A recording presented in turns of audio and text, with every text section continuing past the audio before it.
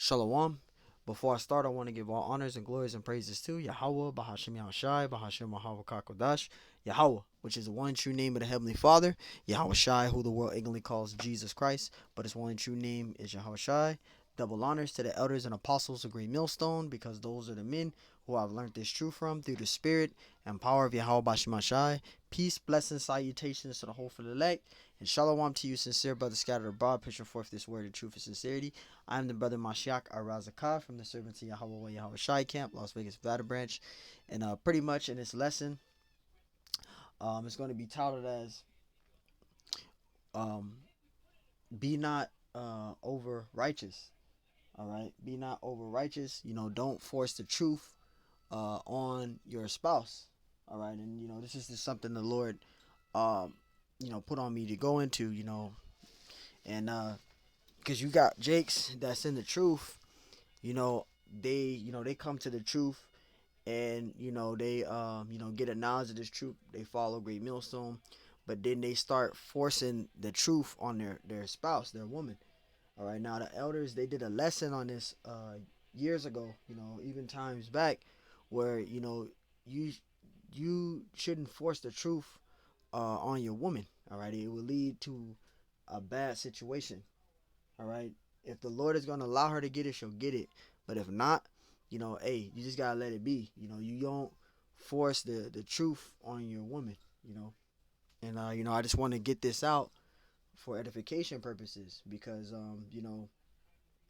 one time in my life I was married, and I used to do that shit when I was like a year in the truth. I was not forcing it, but I was pushing it onto the former spouse, and things are to be run and decently and in order, but you trying to get them to get coming to the truth too, because you coming to the truth. Like the elders say, sometimes you have to even basically keep a secret from your woman of the truth, because you know when they get a knowledge of the truth, they'll be to it, they'll agree with it for a certain extent. But then when you go into the breakdowns of having many wives and stuff, that's when they start bugging out. So like the elders of Apostle Great Millstone say, man, it's mainly to keep the ministry a secret from your woman, because it's not meant for them to get it. If they'll get it, they'll get it. You don't force the truth on them. Just for experience for myself, I was married Esau way and all that, and it caused problems. All right, it caused a lot of problems. So if you have a spouse that's a woman, and she don't acknowledge the truth, and she don't believe in the truth, but she respects you teaching in the ministry, that's fine. Because she can still be saved. There's a thing called household salvation, where your spouse can still be saved because you're in the truth. So she may not believe in the ministry like you do. She may not read the Bible. She may have a different belief, but she can, if she's pleased that she's not being a demon or anything like that. She's just wanted to dwell with you. She respects respect you being in the ministry. Hey, there's nothing wrong with that. But hey, if she's being a demon and she's trying to keep you from glorifying the Lord, and she's just doing all these things, then obviously, man, I'm not going to tell you what to do, but you should probably through the spirit figure it out. But this is mainly going into brothers that have women that's in the ministry. If you're new in the truth, don't force the truth on your spouse. All right, let the Lord do that, handle that situation, and don't go bragging to everybody about it either. So this is 1 Corinthians 7:12. Lord willing, this lesson is edifying. It's a lock here for the rambling. It says, "But the rest speak I, not the Lord. If any brother have a wife that believeth not," right? Because you may, let's say you a Jake, you came into the truth, you just been in this thing, you've been in this thing for about 4 or 5 months, right? And you have a spouse, and let's say she believes in the Quran, and she's Muslim.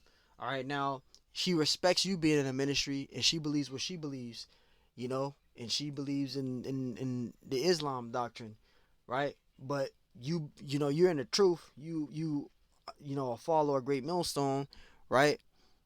And she's not being a demon, but she respects you being in the truth. She just pleased to dwell with you. That's fine. You're not supposed to put her off because she's not in the truth.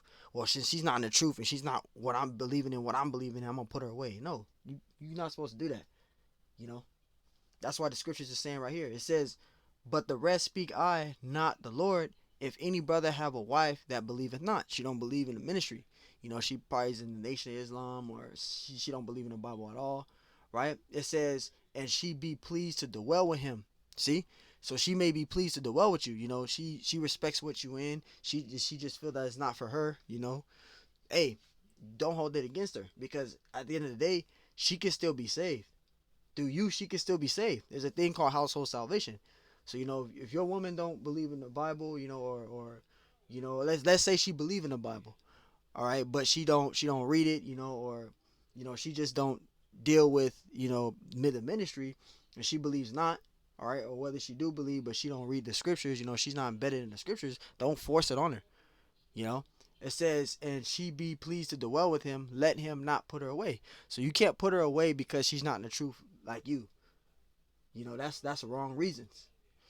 All right, verse 13, it says, and the woman which have a husband that believe not. So it's the other way around. She may have a man that's worldly, right? She may have a man that's worldly. He ain't in the truth, but she's in the truth. Her husband can be saved through her because she believes, in the truth. So if you have a spouse, don't force the ministry on them, because it can fuck everything up for you. In general, I'm just speaking for experience, because I've done that in the past, and it put me in a bad situation. So for you people out there that have spouses, if you have a spouse and you have a woman and she don't believe in the truth, don't force it on her. She can still be saved through you. But if she's being a demon and a scoffer, that's a whole different subject. But if you have a woman and she's she respects what you do, and she's just pleased to dwell with you, then there's nothing wrong with that. Don't put her off because she's not in the truth like you. Don't do that. That's what the scriptures are saying. It says verse 12. It says, but to the rest speak I, not the Lord. It says, but to the rest speak but to the rest speak I, not the Lord. It says, if any brother have a wife that believeth not, so she don't believe in the ministry, she don't believe in the truth, or she may believe in the truth, but she ain't in the ministry like how you are in it. All right, and she's just pleased to dwell with you, right? It says, and she be pleased to dwell with him. She just want to be with you. That's fine. You don't put her off for that. It says, let him not put her away. So you're not supposed to put your woman off because she's not in the truth like you. You're not supposed to do that. Now, if she's being a demon, that's something different. But I'm saying a woman that respects what you're in and she just want to be with you. She don't mind what you're in. She ain't giving you no L. Don't put her off because she's not in the truth like you. Don't do that. Verse 13, it says, and the woman which have a husband that believe not, the other way around. You don't put your husband off. Oh, he's not in the truth. I want a man of the Lord. So you get rid of your man and you try to get a man of the Lord. That's actually committing adultery. That's committing adultery. You gonna get rid of this man because he's not in the truth, and you want a man that's in the truth. You can't do that. If you come in the truth and you a woman, you come into the truth, and your man doesn't come in the truth, don't leave him because he's not in the truth.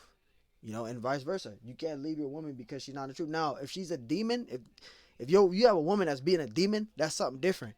But I'm saying if you have a woman that's not in the truth like you, but she respects you and she wants to, still be with you, even though you're in a ministry and you're teaching what you're teaching, hey, that's fine. There's nothing wrong with that. That's the thing. Don't put her off because she's not in the truth. She's not doing what you expect for her to do as a woman in the truth. You're not supposed to do that. It says, and if the woman which have a husband believe not, the other way around, if he please to dwell with her, let her not leave him. So you're not supposed to put him off. You're not supposed to put your woman off. You're not supposed to put your husband off. If they're not in the truth, hey, they can still be saved through you though, because you're in the truth. There's a thing called household salvation. Verse 14, it says, for the unbelieving husband, see, is sanctified by the wife. So you may be a woman that's in the truth and your husband may not be. Well, he can still be saved because you're in the truth. And the same thing for you, Jake's men that's in the truth. Your woman may not be in the truth. It says, for the unbelieving husband is sanctified by the wife, and the unbelieving wife is sanctified by the husband. See, so you don't put your woman off. If she's not in the truth, don't put her off. The elders even say it's not meant for women to get it anyway. It's mainly for us men. You know, it's mainly for us men. It's not for, this isn't Christianity. Where you trying to get everyone to get the truth. You trying to get your woman in the truth. You trying to have her wear fringes. You trying to tell her to stop wearing makeup. You trying to tell her to stop getting her nails done, stop doing this, doing that. You're gonna have problems. That's gonna bring problems for you and your marriage, and it's gonna cause a lot of bugged out shit to happen. Don't push the truth on your spouse. You know, if she's just pleased to respect you for what you do, that's good enough. If she respects you being in the truth, that should be good enough. Because you're not going to be able to get a woman to be a holy, sanctified Israelite woman. She wearing dresses. She putting fringes on all her dresses. Her hair is wrapped up 24/7. She's not wearing no weave. She's not wearing no makeup. These women going to bug out. You know, they going to bug out. You get to pushing that on them, it's going to cause problems for you in the truth. It's going to cause problems for you in the truth. It's going to cause problems for you in the truth. You know, don't get over righteous in the ministry. That can happen. That's being over righteous too. You know, don't get the gotta be a holy family salvation thing. All right. The main thing is you working out your own salvation. Your family is good through you because you're a man of the Lord. You're teaching, you're doing the works, you're dealing with the trial furnace of adversities 24/7. You're in the truth. You are good. Your family can be saved through you. There's a thing called household salvation. Because you got Jakes in here that come into the truth and they just pushing this pushing the gospel on their spouse. You gotta start doing this, doing that. I'm leaving you because you don't want to read your Bible. I'm leaving you because you ain't putting fringes on your dresses. You supposed to put fringes on all your dresses. Like, you gotta stop being over righteous, man. You brothers out there gotta calm down with that. All right. It says, for the unbelieving husband is sanctified by the wife, and the unbelieving wife is sanctified by the husband. Else were your children unclean, but now are they holy. Right. So don't put your woman off or get rid of your woman because she's not in the truth with you, or don't put off your husband because he's not in the truth with you. All right. If they're pleased to dwell with you in the ministry, even though they don't do that, but they respect you, what you do and what you're doing, and they just want to be with you, then that's fine. That's not a problem. But it becomes a problem when you're forcing the truth on them. That's a problem. Don't do that. I'm just speaking for myself first and foremost. It will put you in a bad situation. All right, especially in the times past, going back in time. Verse 16, it says, "For what knowest thou, O wife, whether thou shalt save thy husband, or how knowest thou, O men, it says whether thou shalt save thy wife." Right, and there's a thing that's called household salvation. All right, your woman, your spouse, your husband. If you're a woman, you have a husband that's not in the truth. He can still be saved through you if you're in the truth. It's the same thing for Israelite men out there. If you're a man of the Lord and your woman is not in the truth, she can still be saved because you're in the truth.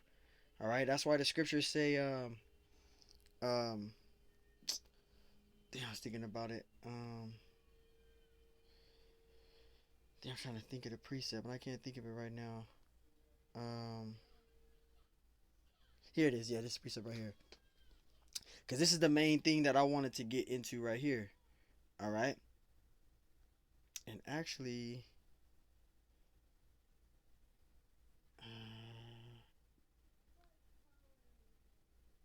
I'll read from right here. Salakia.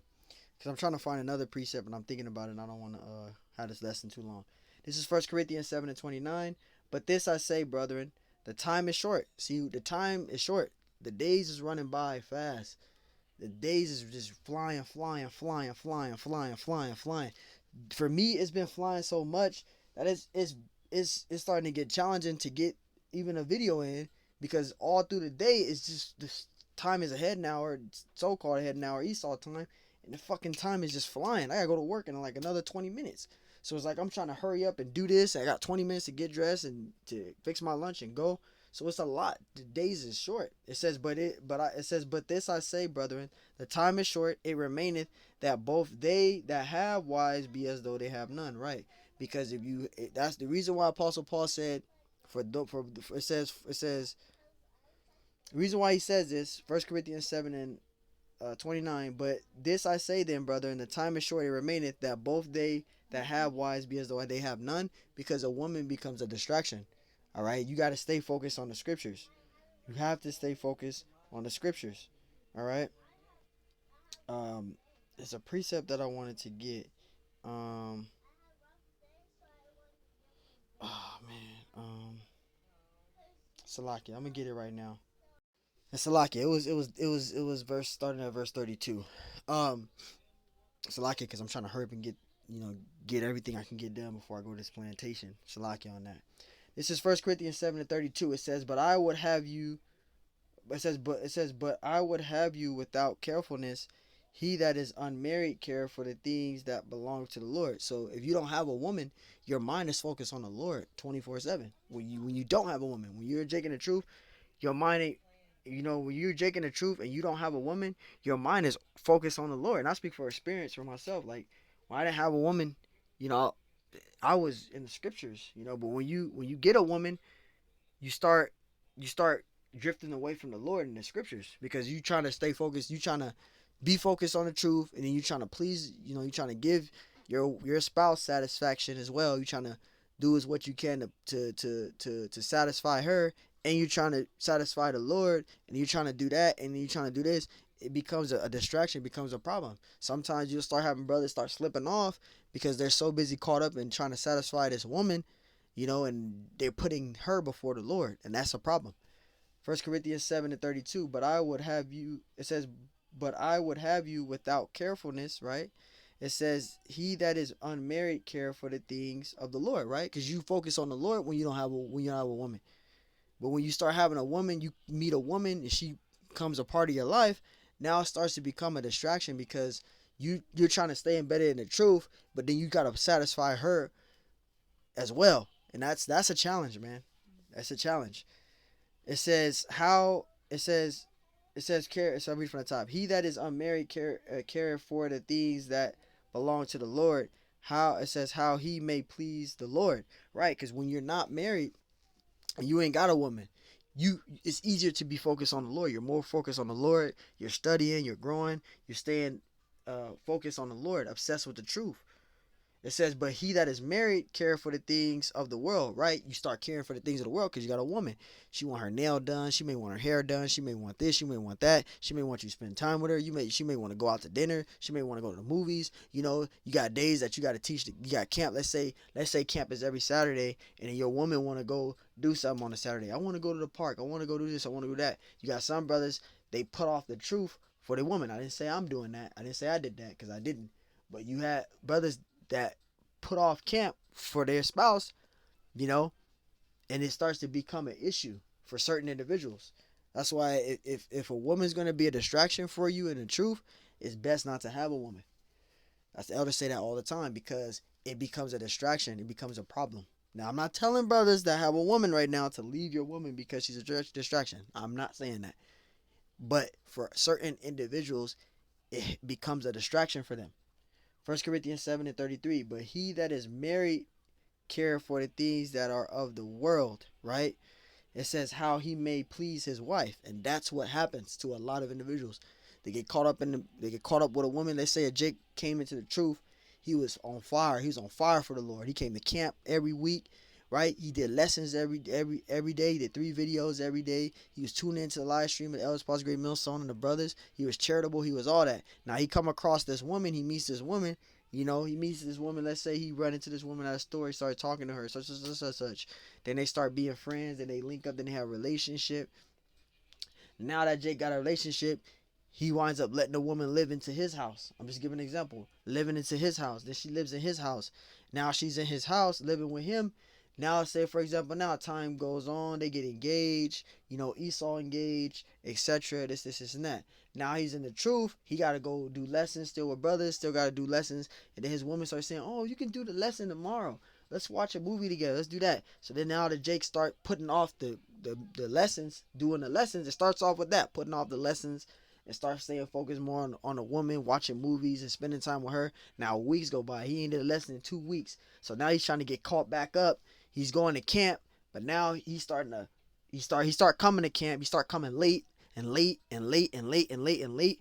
And then it pulls longer to where now the Jake start coming to camp once this week and he doesn't come to the following week. Brothers asking, what's happening with you? You become a sluggard, you're not coming to camp. Then Jake is saying, well, I got my Eve, she be wanting me to do this, she be wanting me to do that.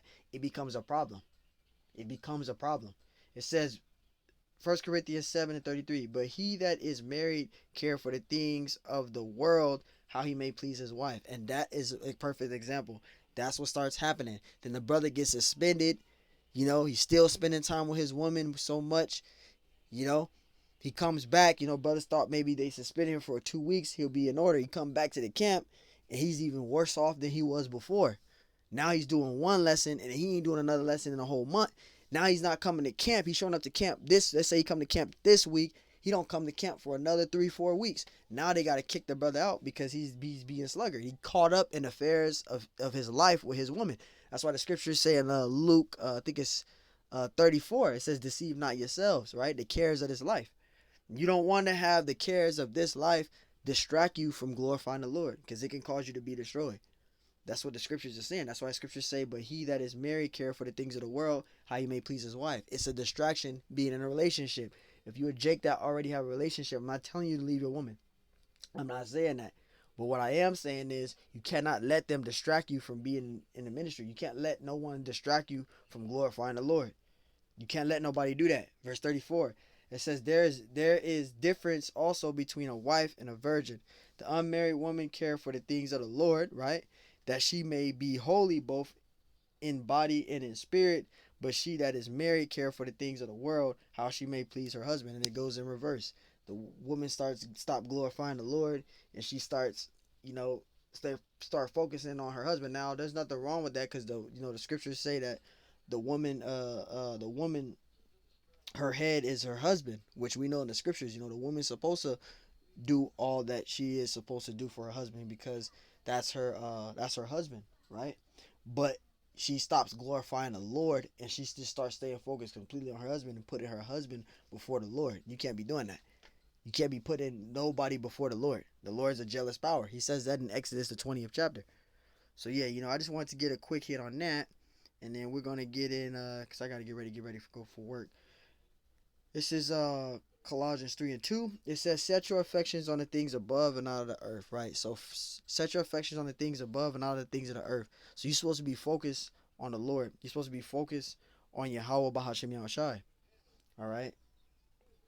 This is Matthew 6:33. It says, but seek ye first the kingdom of heaven and his righteousness, and all these things shall be added unto you. So that's where your mind's supposed to be. It's supposed to be focused on Yahweh Ba'ashim Yashai. You're supposed to be staying focused on the Lord. Don't let nothing or no one distract you from glorifying the Lord. So, hey, man, I just had to do a quick hit on that. Salakia for the staggering and stuff. I was trying to get everything crammed in for this lesson before I go. So I'm heading out to the plantation right now. So Lord willing, this lesson was edifying. I want to give all honors and glories, praise to Yahweh, Bahashim Yahushai, Bahashim Yahweh Kakodash, and double honors to the elders and apostles of Great Millstone.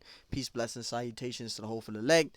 And shalom to you, sincere brother scattered abroad. Put forth this word in truth and sincerity. I am your brother Mashiach Razakah from the servants of Yahweh Yahushai Camp, Las Vegas, Nevada branch. And Lord willing, this lesson was edifying. So again, Salakia on my lesson, I was staggering and stuttering and all this, but I'm trying to get everything into one lesson before I head out. So, Lord willing, this is edifying again. Shalom.